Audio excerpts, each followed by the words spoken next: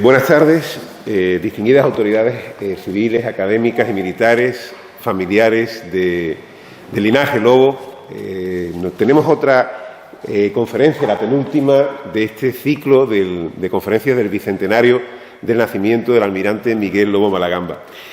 Simplemente, como coordinador de esta comisión que se formó al efecto, dar las gracias a todos ustedes, especialmente a los miembros de la comisión, al coronel Miguel Flores, a Juan Manuel García Cubillana, a Adelaida Bordés, a Sergio Pérez Aragón y a las instituciones que han colaborado en que estos prestigiosos ponentes que a lo largo de este año han podido ustedes escuchar durante el confinamiento o ahora presencialmente. Tenemos con nosotros a un magnífico conferenciante que es el capitán de navío Juan Castañeda, que nos hablará de San Fernando y la enseñanza de los oficiales de la Armada. Y yo simplemente dar las gracias, antes de pasar la palabra, al teniente de navío Sergio Pérez Aragón, al Ayuntamiento de San Fernando, que nos acoge, y a las diversas instituciones, entre ellas la Fundación CEU San Pablo, a la Fundación Hispano-Británica, la Real Academia de San Romualdo y de Bellas Artes, y la Junta de Andalucía, los Ateneos de Cádiz, Chiclana y también Madrid, y resto de instituciones organizadoras. Sin más, cedo la palabra al teniente de navío Sergio Pérez Aragón. Buenas noches a todos, excelentísimo señor almirante, ilustrísimas autoridades, queridos amigos todos y amantes de la cultura. Antes que nada, por supuesto, agradecer a Paco la labor extraordinaria que está llevando a cabo en este año del almirante Lobo con la difusión que, sin duda alguna, está teniendo una repercusión. Y públicamente pedirte perdón por no haberte apoyado todo lo que te tenía que haber apoyado, pero también circunstancias personales me han llevado a estar un poquito apartado. Tú me perdonas. Gracias. Bueno, y dicho esto, os voy a presentar a Juan Castañeda Muñoz. Él es un sevillano, ya de corazón, sin duda alguna, isleño. Él, en aquel año del Mundialito, en el año del Mundial de España de fútbol, en el 82, del Naranjito, pues ingresó en la Escuela Naval Militar de Marín, decidió hacerse oficial de la Armada y fue promovido a la categoría de alférez de navío en el año 87 del Cuerpo General de la Armada. Él está especialmente, dispone de los cursos de diplomado en Estado Mayor, él es piloto naval y también especialista en armas submarinas. Y además de unos cursos que me vaya a permitir que lea porque mi inglés del me suena, Juan, con el cual está Tactical Link 11, NATO Staff Officer Orientation, NATO Staff Officer Defense Planning y Planeamiento Operacional, Defensa College, Senior Course of the Escuela de Altos Estudios de la Defensa. Sus principales ha estado embarcado, como os podéis imaginar, en muchos barcos, ¿no? Pero los más importantes, los que ha obtenido el mando de ellos, en el Dragamina de Costa, el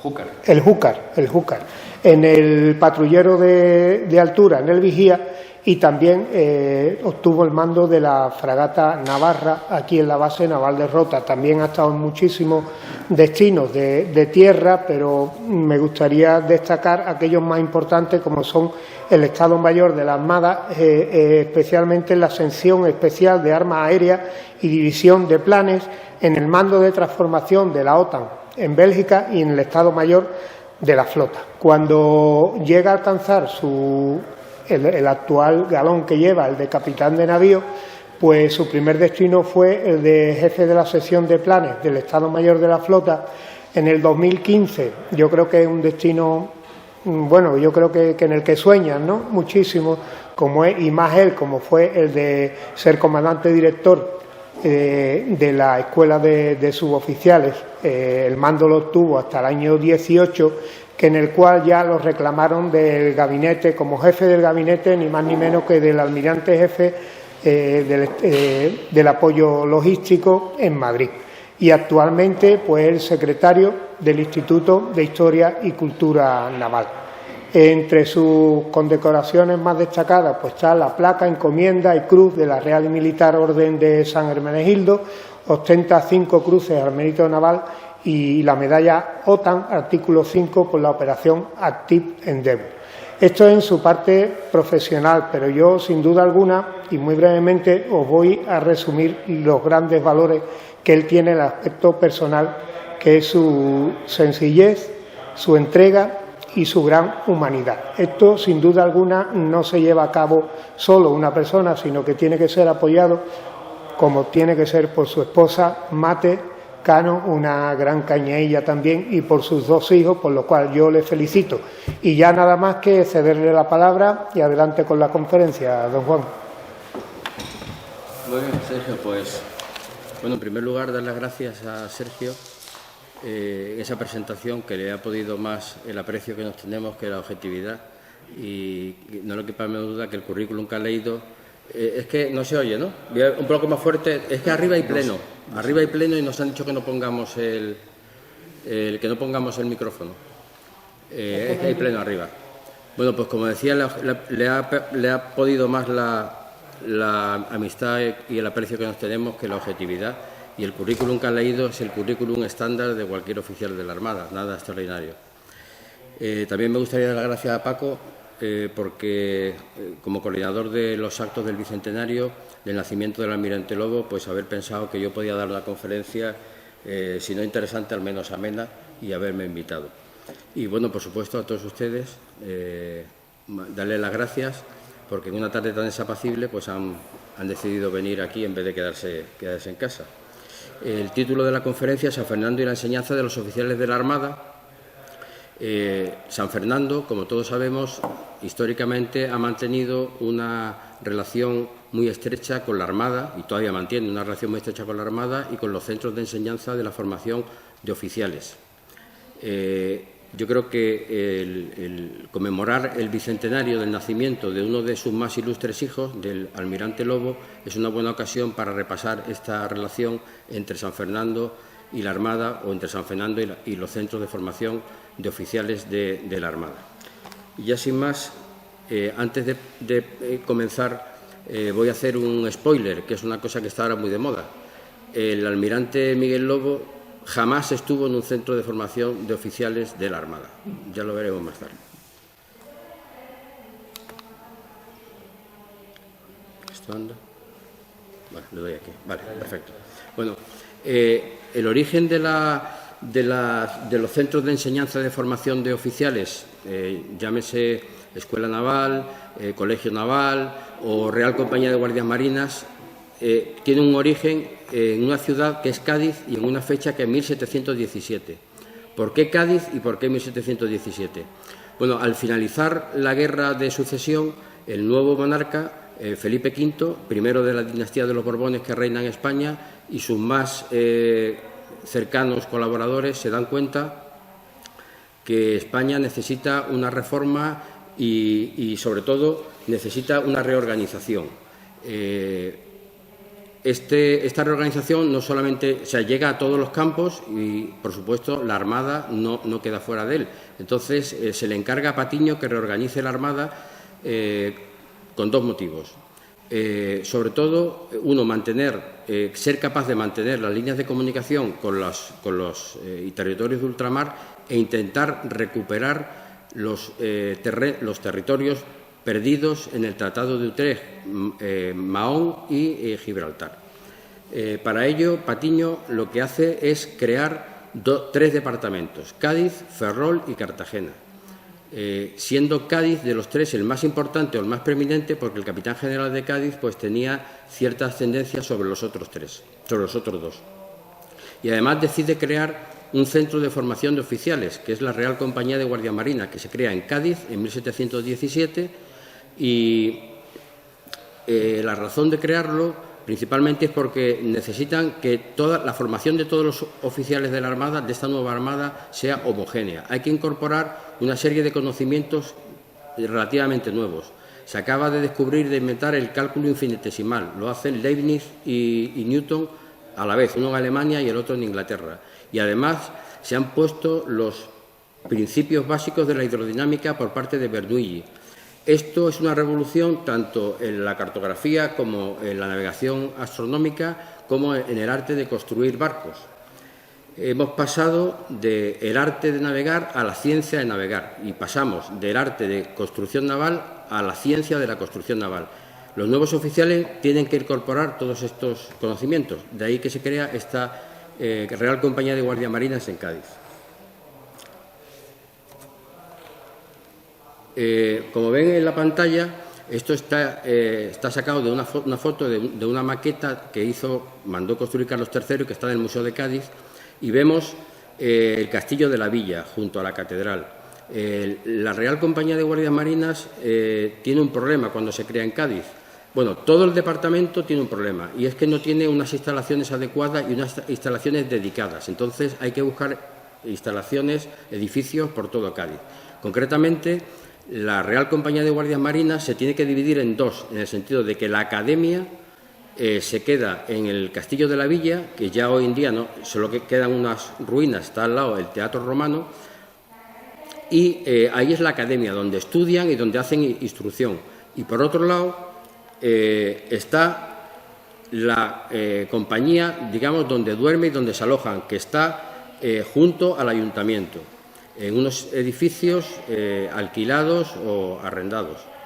Esta maqueta, como ven, la catedral todavía tiene el aspecto en el que distinto al de hoy, porque es tal y como se proyectó, y el ayuntamiento es el antiguo ayuntamiento, porque el nuevo, el que hay ahora, es del siglo XIX.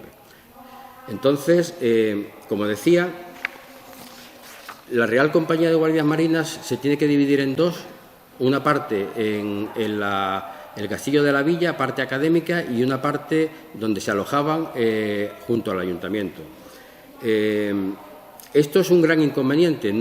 La Armada no está contenta con esto en general y con la dispersión de instalaciones en Cádiz. Además, Cádiz en esos momentos es la ciudad más cosmopolita del mundo, o de las más cosmopolitas del mundo. Desde 1717, la Casa de Contratación de Sevilla está en Cádiz. Se traslada de Sevilla a Cádiz. Pero ya desde 1680 los barcos no van a Sevilla, los barcos se quedan en Cádiz. Por lo tanto, es el centro prácticamente mundial del comercio con América. Hay mucho comerciante, tanto de Flandes como de Bélgica, como de Génova, que vienen aquí a Cádiz para exportar sus mercancías. Es una ciudad con mucha vida cultural. De hecho, hay tertulias, Jorge Juan funda una tertulia, pero esto corre en contra, porque no es el ambiente más adecuado para los guardiamarinas. De hecho, el marqués de la Victoria, que había sido alférez de la compañía, dice textualmente que los profesores estaban deseosos de... Voy a ponerme las gafas. Los profesores estaban deseosos de apartar a los cadetes de las excesivas distracciones de la bulliciosa ciudad gaditana. Por lo tanto, en 1750 se decide trasladar el departamento y, por lo tanto, el centro de formación de los oficiales desde Cádiz a San Fernando. Aquí tenemos el Atlas Marítimo de Tofiño de 1789 y si hacemos una lupa en esa parte vemos que hay una construcción en San Fernando que es la población militar de San Carlos. La Armada decide trasladar el departamento de Cádiz a San Fernando a una instalación nueva que será la población militar de San Carlos, donde se concentre todo el departamento y, por lo tanto, también la Real Compañía de Guardias Marinas. Desgraciadamente, este proyecto nunca se llevó a cabo, solamente parte, y vemos esta maqueta que está en el Museo Naval de aquí de San Fernando y que vemos, hay unos edificios que están en blanco y el resto está en color madera. Los edificios que están en blanco son los que sí se construyeron, mientras los que están en color madera, desgraciadamente, nunca se llegaron a construir. Vemos aquí arriba a la izquierda el cuartel de Infantería de Marina, que había otro, se tenía que haber construido otro enfrente. Vemos el edificio de Carlos III, que es el que está junto a la izquierda del Panteón, existente hoy en día, y está en la Escuela de Suboficiales. Vemos también el Panteón de Marinos Ilustres, que realmente se construyó como parroquia de esa población y para darle auxilio espiritual a esas 15.000 personas que venían de Cádiz hasta la isla, a la Real Isla de León, con el traslado. Detrás Detrás del Panteón de Marinos Ilustres vemos otro edificio blanco más pequeñito que era el convento de los franciscanos. El auxilio espiritual lo iban a dar franciscanos. Este edificio no llegaron a ocuparlo los franciscanos porque cuando ya se terminó se metieron heridos de la guerra de independencia y algunos franceses también que habíamos cogido prisioneros y fue el núcleo del Hospital de San Carlos. Este edificio desgraciadamente se derribó cuando se derribó el Hospital de San Carlos.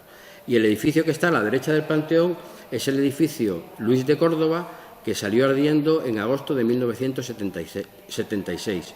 Hoy, por lo tanto, solamente podemos ver tres, que es el del Tercio de Armada, el cuartel de batallones, el edificio de Carlos III, que está en la Escuela de Suboficiales, y el Panteón de Marinos Ilustres. Decirles que el edificio que está aquí abajo, este edificio era el proyectado para la Real Compañía de Guardia Marina, eso era la Escuela Naval, y este era el hospital, el que tenía que haber sido el hospital. Desgraciadamente, esto nunca llegó a construirse y solamente podemos ver los edificios que existen hoy todavía en pie. Entonces, la Real Compañía de Guardias Marinas, el departamento entero se decide que se traslade en 1750, no lo hace hasta 1769, 19 años más tarde de la decisión. ¿Por qué? Porque el poderoso Cabildo de Cádiz hace todo lo posible para que ese traslado no se lleve a cabo. Además de perder la capitanía, es decir, además de perder el departamento marítimo, perdía entre 15 y 18.000 personas, entre los militares y sus familias, lo cual era un ingreso económico bastante importante. Aún así, ya en 1769 se decide que el departamento marítimo se traslade a San Fernando. San Fernando no, a la Real Isla de León, porque en aquellos momentos todavía no se llamaba San Fernando, la Real Isla de León. San Fernando no estaba preparado para tanto traslado para el departamento, porque era una ciudad muy pequeña y como todavía no se había construido la población militar de San Carlos, que era donde tenía que concentrarse todo el departamento, pues tienen que hacer lo mismo que en Cádiz, buscar edificios para ir alojando al departamento. La infantería de marina, o sea, los batallones se van al castillo de San Romualdo, la capitanía se va a la casa Cimbrelo, etcétera, etcétera, etcétera. Y aquí vemos que la Real Compañía de Guardias Marinas tiene que hacer otra vez lo mismo. No encuentra un edificio que sea capaz de meterse todo el mundo, tanto para alojamiento como para clase, y tiene que dividirse en dos. Entonces, se compran dos edificios.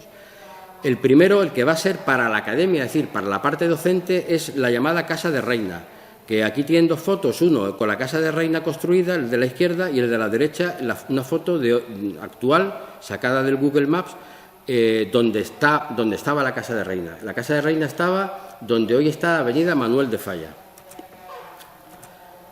Esta era Avenida Manuel de Falla y aquí estaba la Casa de Reina, o sea que cuando pasen dando un paseo por la calle Real y vean la Avenida Manuel de Falla, piensen que ahí es donde se formaban, donde daban clase los guardiamarinas a partir de 1769. Estos son los planos originales de la Casa de Reina.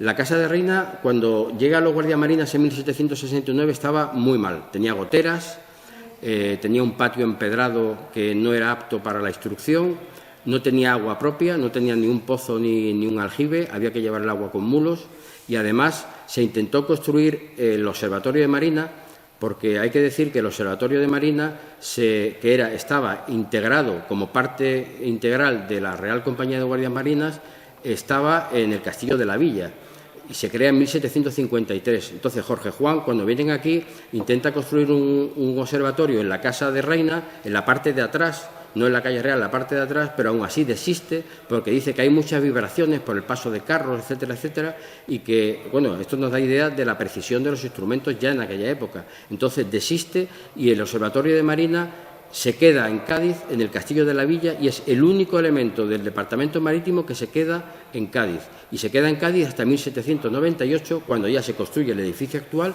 y se mueve desde Cádiz hasta San Fernando en 1798.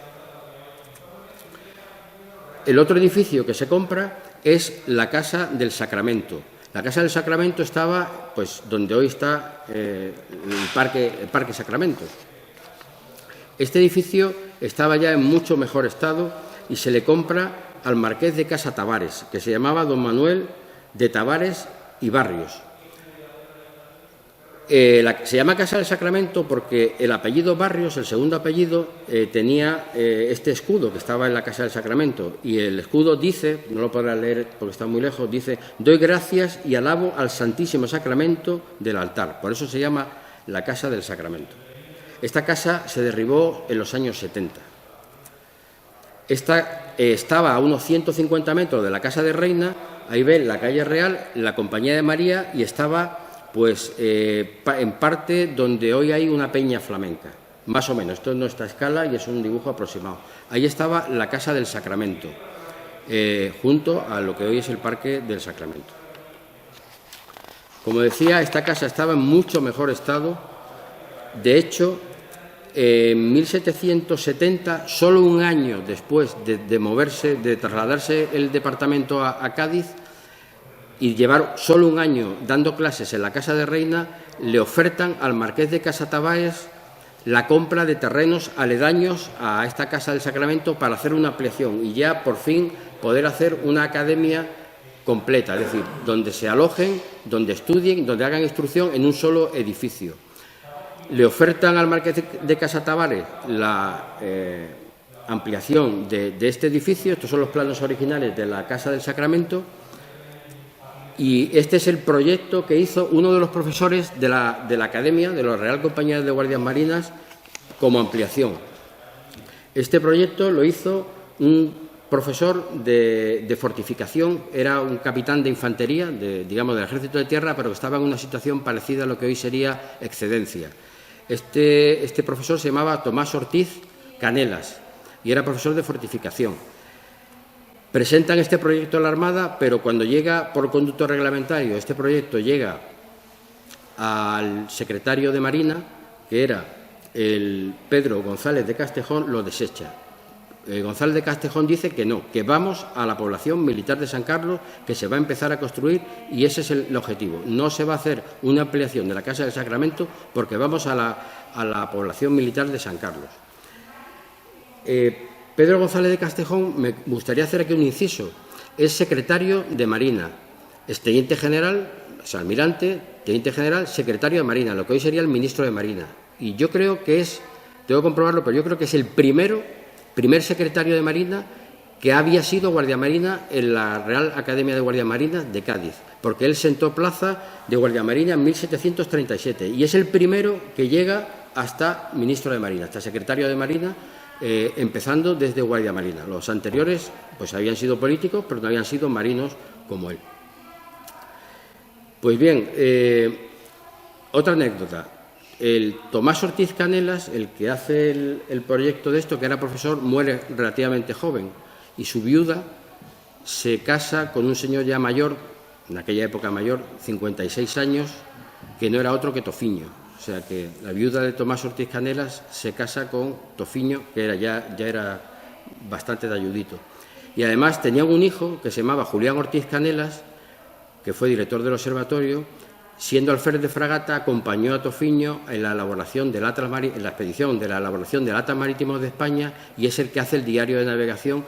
Por lo tanto, hoy conocemos todas las peripecias de la expedición de Tofiño para hacer el Atlas Marítimo de España gracias a Julián Ortiz Canelas, que era su hijastro. Muy bien, pues el devenir de la enseñanza de los oficiales, lógicamente, está ligado al devenir de la Armada y al devenir de España.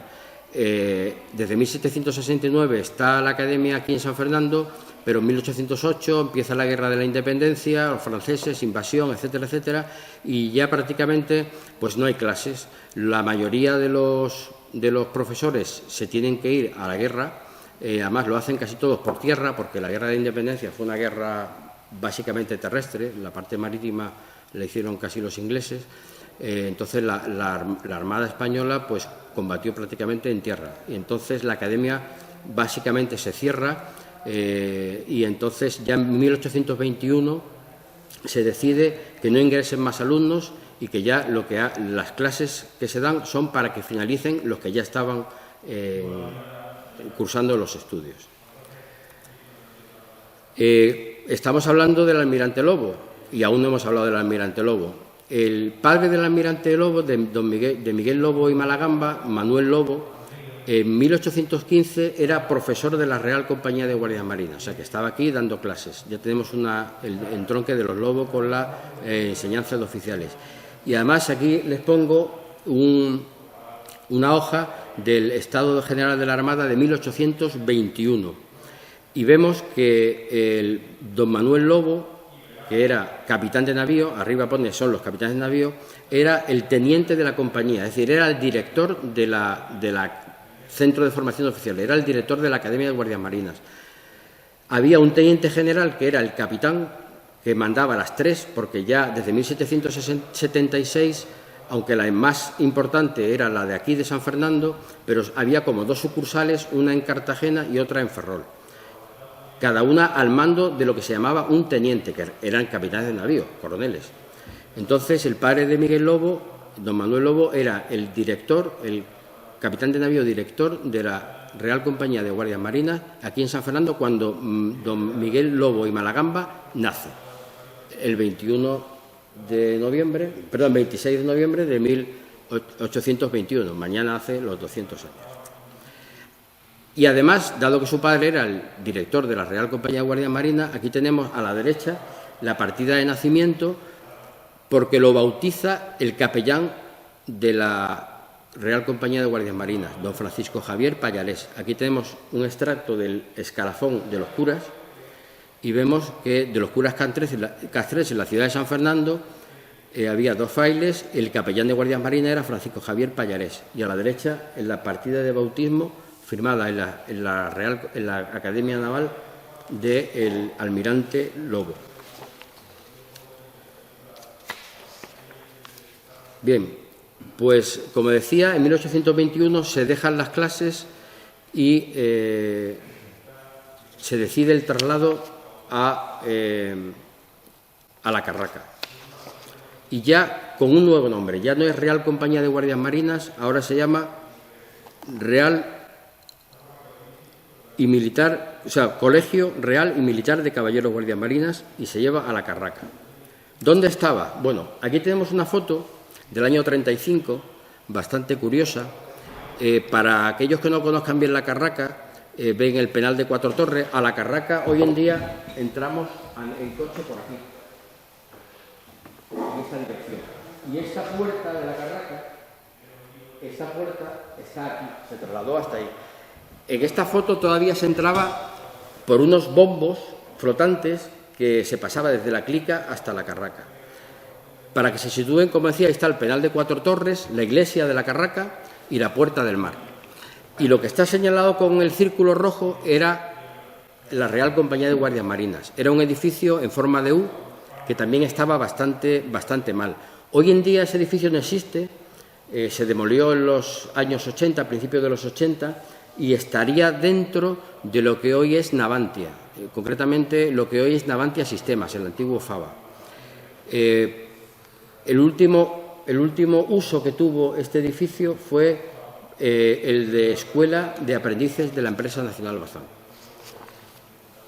Aquí tenemos los planos del edificio, como ven, es en forma de tenía 4 plantas en forma de U y el edificio estaba muy mal. De hecho, voy a hacer zoom y pone con expresión de la parte ruinosa, techo que se halla en completo estado de ruina o techo ruinoso enteramente.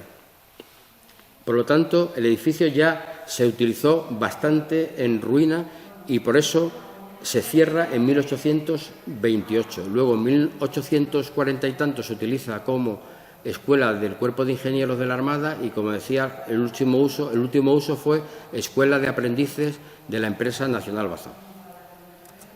Bueno, y ahora entramos en un periodo en el cual podemos llamar enseñanza por libre. No hay academia, centro de formación de la Armada para los oficiales. Aquellos jóvenes que querían ser oficiales de Marina tenían que prepararse por libre, es decir, todos los estudios de astronomía, navegación, fortificación, táctica, etcétera, etcétera, tenían que hacerlo pues por libre. Normalmente lo hacían en la Academia de San Telmo, en el Colegio de San Telmo de Sevilla, que era como de Marina Mercante, por así decir. Entonces, una vez que se consideraban preparados, estos alumnos hacían un examen en el departamento correspondiente, Cádiz, Ferrol o Cartagena, e ingresaban. Y estaban 6 años a bordo de barcos haciendo prácticas. Y este es el caso de Miguel Lobo. Miguel Lobo se prepara, se examina y sienta plaza de guardia marina el 26 de mayo de 1835. Es decir, aún le quedaban 7 meses para cumplir los 14 años. Ingresa en la Armada con 13 años y 5 meses. Como decía, no había formación en tierra, sino que ya pasaban directamente a los barcos a hacer práctica. Ya cuando él ingresa está la primera guerra carlista. Entonces él tiene experiencia en combate desde el primer día que ingresa en la Armada, se va al norte en un barco que se llama Jasón, también combate por tierra, excepto en el último año, de los 6 años que tenían que hacer de prácticas, que embarca en el navío Soberano, que he puesto ahí un dibujo del navío Soberano. En el navío Soberano se va a hacer un viaje por el Caribe. Y de hecho, cuando ya ha cumplido los 6 años desde que sentó plaza de guardia marina, habiendo hecho el examen en Cádiz, tiene que hacer el examen en La Habana. O sea, él hace el examen final de reválida para aprobar y sentar plaza ya de alférez de navío en La Habana, y lo hace exactamente el 26 de mayo de 1841, como decía, tras 6 años de alumnos navegando y en plena guerra carlista. Hasta 1835, un requisito para ingresar en la Armada era presentar un certificado de nobleza, hasta 1835. A partir de 1835 ya no es necesario presentar este certificado de nobleza. Aquí tenemos un documento bastante curioso que presenta la madre de don Miguel Lobo para su ingreso en 1834, que todavía hacía falta, y realmente él no presenta un árbol genealógico como hay otros bastante bonitos, sino que lo que presenta es una convalidación. He puesto más o menos la traducción a la derecha y dice: San Fernando, 1834, información practicada a instancia de la señora doña Juana Malagamba de Lobo, para acreditar que su hijo menor, don Miguel Ignacio Lobo Malagamba, es hermano entero, es decir, hermano de padre y madre, de don Ramón Lobo y Malagamba, en la actualidad caballero guardia marina, como diciendo, ¿para qué tengo que presentar un certificado de nobleza si ya lo presenté para mi otro hijo, que al ser de padre y madre el mismo, no es necesario, puesto que ya autentificó su nobleza? Y este documento, hay otra cosa que es curiosa, y es que lo firma doña Juana. O sea, en 1834 el papel de la mujer y del hombre eran bastante distintos. Y además, don Manuel Lobo era contraalmirante, era brigadier de la Armada. Es curioso que lo firma su madre en vez de su padre, que además era oficial de la Armada. No lo sé por qué, pero lo que sí he averiguado es que en esta fecha el brigadier, o sea, el contraalmirante don Manuel Lobo, estaba destinado al mando de la comandancia de Huelva hasta diciembre de 1834. Y en diciembre de 1834 lo nombran fiscal militar del Tribunal Supremo. Entonces, probablemente está firmado por doña Juana, porque no estaba el padre. Don Manuel Lobo estaba o en Málaga o en Madrid. Muy bien, hemos visto un inciso. Este sistema de por libre, no le gustaba a la Armada y parece un poco extraño, pero sin embargo dio grandes marinos. Aparte de don Miguel Lobo y Malagamba, también dio a todos los marinos del romanticismo, es decir, a todos los que combatieron, a Méndez Núñez, etcétera, etcétera, a todos los que hicieron la campaña del Pacífico. O sea, que el sistema no le gustaba a la Armada, pero no parece que fuera malo el sistema. Como decía, a la Armada no le gustaba este sistema y ya, tras diversas iniciativas, el 22 de enero de 1844 se dispone la creación del Colegio Naval, que se establezca en la población militar de San Carlos, en los edificios que sí estaban construidos. El edificio de Carlos III, que tienen en pantalla, existente afortunadamente todavía, era la Capitanía General. Entonces se decide que ahí se establezca el Colegio Naval, y el capitán general se muda aquí ahora al centro de la ciudad, a la calle Real, donde está ahora. Una vez una vez que se finalizan las obras de adaptación del edificio de Palacio de Capitanía a Colegio Naval, se inaugura el curso el 1 de enero de 1841, aunque los alumnos llegan un poquito más tarde, llegan en marzo de 1845. Además, en 1850, el almirante, el jefe de escuadra, Fernández Armero, que era el marqués de Nervión, que era el ministro de Marina, ordena que en la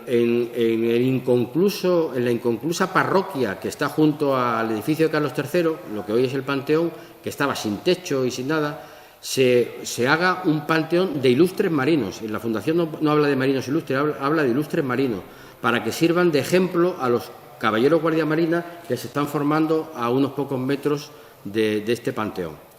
Por lo tanto, si hoy en día en San Fernando tenemos un monumento único en el mundo, que es el Panteón de Marinos Ilustres, que es uno de los monumentos más visitados de todo San Fernando, junto con el observatorio, es gracias a que se estableció el Colegio de Guardias Marinas en el edificio de Carlos III en 1845. En cuanto al almirante Miguel Lobo, estuvo unos 3 o 4 meses en 1850 de profesor en la escuela, en el Colegio de Guardias Marinas del edificio de Carlos III. Ya en 1866 había una queja en la Armada de que había demasiados guardias marinas, había demasiados alumnos. Tenían que hacer prácticas en los barcos y no había barcos suficientes para alojarlos a todos. Además de la ruina de la hacienda, en 1866 es la Gloriosa. Perdón, en 1868 es la Gloriosa, que, como saben, es una revolución que derrocó a Isabel II, a la reina, y dio lugar al sexenio democrático. Por lo tanto, todas estas razones hacen que en 1868 se cierre el Colegio Naval aquí en San Fernando y pase a la Escuela Naval Flotante, como ahora veremos. De este periodo del Colegio Naval Carlos III también dio grandes marinos, todos los que llevaron el peso en la campaña de la Guerra de Cuba. Promociones de este periodo es Pascual Cervera, Víctor Concas, que era el jefe de Estado Mayor de Cervera y comandante del Infanta María Teresa, Antonio de Ulate, que era el comandante del Vizcaya, y también hay otro que no combatió, pero es muy importante, que es Cesario Fernández Duro, es de la primera promoción de 1845, que es el gran historiador de la Armada, fue académico de la historia, etcétera, etcétera. También es de formación en este periodo. Como decía, una vez que se cierra el Colegio Naval, bueno, aquí hay algunas fotos.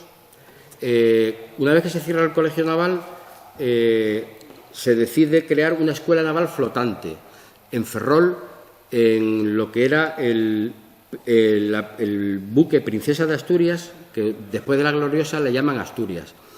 No era enseñanza a flote, bueno, era a flote porque estaba fondeado, estaba flotando, pero no navegaba. La Asturias no navegaba, era un pontón en Ferrol.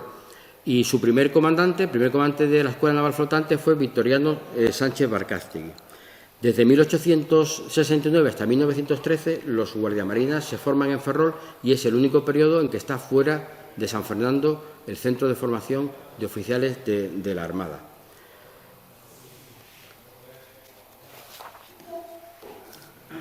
En 1908 se promulga un plan que es el plan de Ferrandiz, el almirante Ferrandiz, que era el ministro de Marina.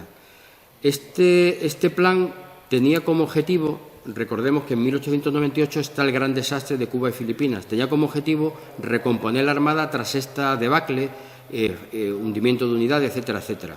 Pero no solamente el plan tenía como objetivo construir barcos, también reconstruir la enseñanza militar de los oficiales que había estado en la Asturias, y se decide trasladar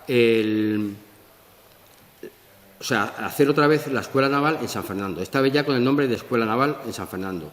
En 1908 empieza esto, hay muchos candidatos, está Cartagena, Santander, Menorca, Mahón, Cádiz y San Fernando.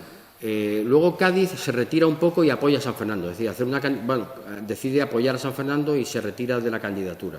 hasta que en 1911 se elige San Fernando como sede de la Escuela Naval Militar, y en 1913 la inaugura, el 10 de enero de 1913, el ministro de Marina, que se llamaba Amalio Gimeno y Cabañas. Y aquí tenemos un recorte del periódico de la primera visita de Alfonso XIII, que fue un poquito más tarde. Amalio Gimeno, que era ministro de Marina, era civil, hay que reconocerle una gran virtud, y es que, siendo Cartagena una de las ciudades que se proponía, junto con Santander, San Fernando y Mahón, para como sede de la Escuela Naval, él era cartagenero y apoyó decididamente a San Fernando. O sea, que San Fernando, en cierto modo, tiene una deuda con Amalio Gimeno porque apoyó decididamente a San Fernando en lugar de a su ciudad natal, que era Cartagena.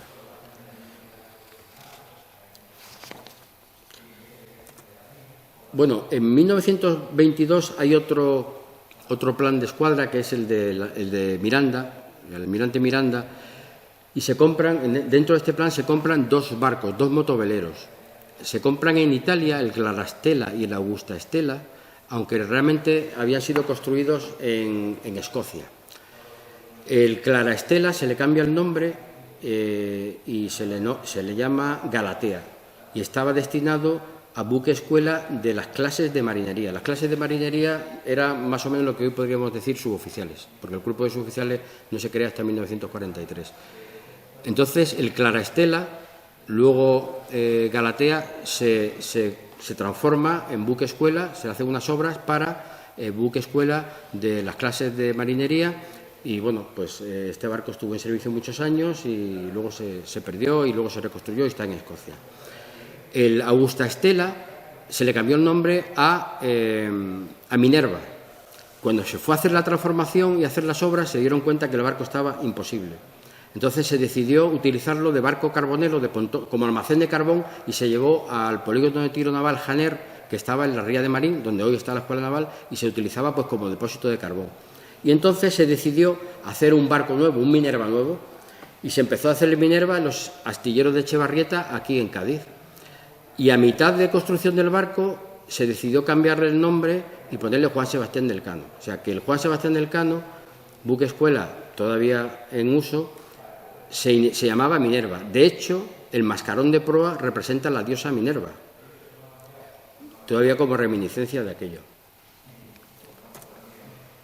Y también como anécdota, en 1930, en septiembre de 1930, ingresa como alumno el infante don Juan de Borbón, hijo del rey Alfonso XIII.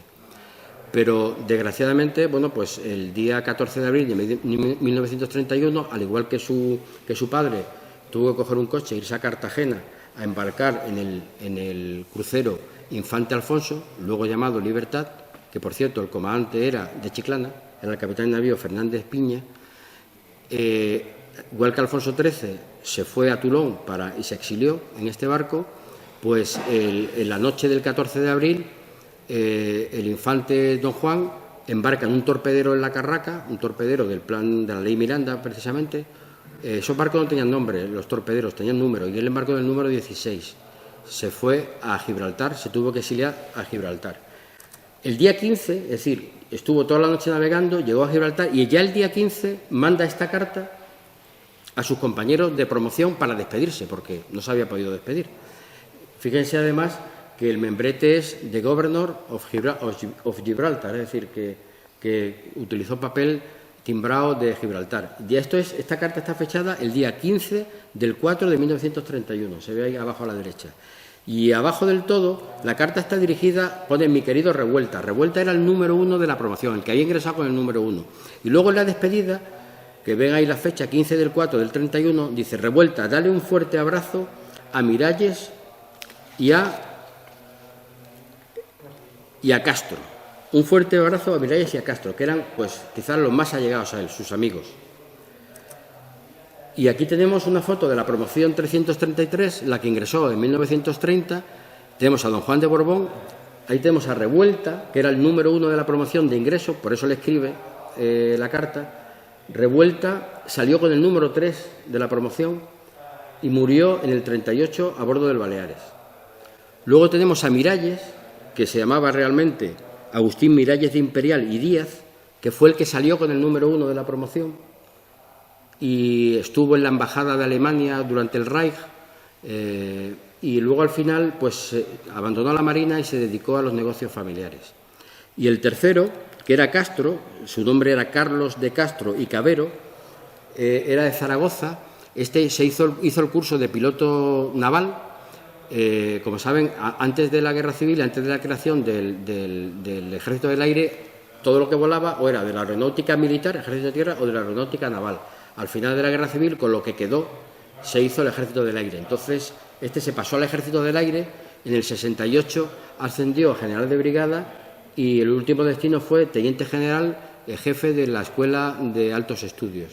O sea que este llegó a teniente general del Ejército del Aire. Bueno, esto es una anécdota, pero yo creo que curiosa.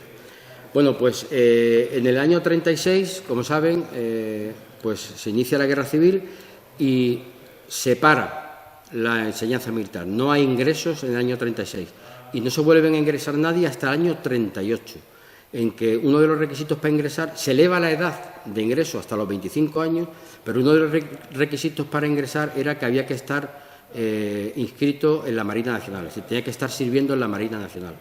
También, como curiosidad, les puedo decir que paralelamente hubo una escuela naval popular en Cartagena, de la cual salieron tres promociones. Ya en el año 38 se pensaba en que había que trasladar la escuela naval. El gobierno provisional quería trasladar la escuela naval a Marín por mejores condiciones. La mar está más cerca, está a pie de obra. Y ya entonces el Ayuntamiento de San Fernando, pues el Ayuntamiento de San Fernando en 1938 hace una comisión y se van a Burgos a ver al gobierno provisional a intentar convencerlos para que la Escuela Naval Militar se quede en San Fernando. Pero desgraciadamente pues no es así, la decisión se tomó y el año 42 fue la última promoción que ingresó en la Escuela Militar Naval de San Fernando. Y ahí tenemos una foto de la última jura de bandera que se hizo en 1942. Yo con esto he finalizado, porque ya a partir del año 42, del año 43, se va la Escuela Naval a donde está actualmente, en Marín, en Pontevedra. Prácticamente podría finalizar con las mismas palabras que empecé, que es recordando la gran relación que tiene la Armada y San Fernando. Pero lo voy a hacer con palabras del que ya nombré antes, Cesario Fernández Duro, que dice que el Colegio Naval fue varita mágica para la población de San Carlos. Esto lo podríamos extender a San Fernando. El Colegio Naval fue varita mágica para la población de San Fernando. Transformó los caseríos ruinosos en edificios rematados. Creó el Panteón de Marinos Ilustres, en el local que servía para el depósito de escombros y de cadáveres del hospital. Realzó en gran parte el ideal de la población con el conjunto de edificios lúcidos y rientes que daban agrado y atención al viajero. Y eso es todo. Si tienen alguna pregunta o alguna aclaración, pues estoy a su disposición. Muchas gracias.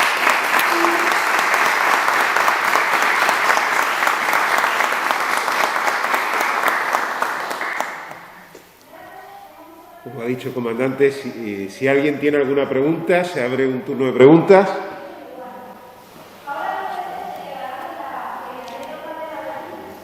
¿Antonio Tienza? Ya. Yo felicitarte, comandante, por esa magnífica conferencia. Yo creo que si alguien, de verdad, si alguien tiene, yo creo que ha quedado todo clarísimo, además está grabada la conferencia. Agradecer también al Grupo de Información, Antonio Tienza, por su grabación. Yo lo único es ratificar, la carta esta es la que tiene allí en el museo mi coronel, ¿no? La original. La carta de Don Juan. Sí. Hemos tenido que sacar una fotocopia del reverso para que se pueda leer, pero la carta está en el museo de la... Es eso.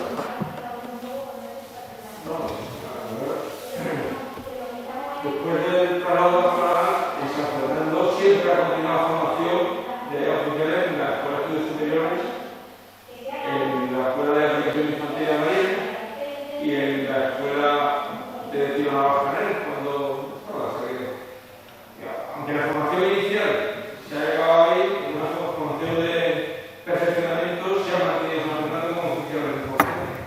Sí, bueno, eso es totalmente cierto.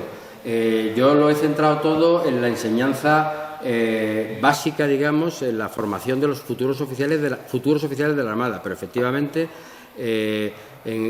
aquí en el observatorio se hacía lo que llamaban estudios sublimes, que luego es el curso de estudios superiores, y también en el Polígono Tiro Naval Janer se hacía la especialidad efectivamente de artillería. Es más, continúa esta tradición pues con la escuela de suboficiales, es decir, los futuros suboficiales de la Armada, su primer impacto lo tienen aquí, en la escuela de suboficiales, digna heredera, ahí la ponemos, de la Escuela Naval Militar, que hoy ocupa la escuela de suboficiales, el edificio de Carlos III, bueno, dirección, tiene más edificios, que es una digna sucesora de la Escuela Naval Militar. ¿Alguna pregunta? Si no hay más preguntas, decirles, como le comento, que a los que están inscritos se les remitirá la conferencia del capitán de navío Juan Castañeda a través de grabada, a través de un enlace. Y, bueno, simplemente ya por último, desde la comisión organizadora, agradecer a todas las instituciones nuevamente, especialmente a la Real Academia de San Romualdo y en especial al almirante Benito, a Adelaida Bordé, su secretaria, a Juan Manuel García Cubillán aquí presente, al Grupo Información que lo ha grabado y al resto de instituciones y sobre todo a los familiares también aquí presentes. Y ya por último, anunciarles que mañana tendremos el cumpleaños, el aniversario del almirante Lobos y el solemne acto en el Panteón de Marinos Ilustres. Agradecer al capitán de navío Juan Castañeda y al Instituto de Historia y Cultura Naval, que él es su secretario y aquí su representante en San Fernando, que ha posibilitado la realización de este bicentenario. Muchas gracias.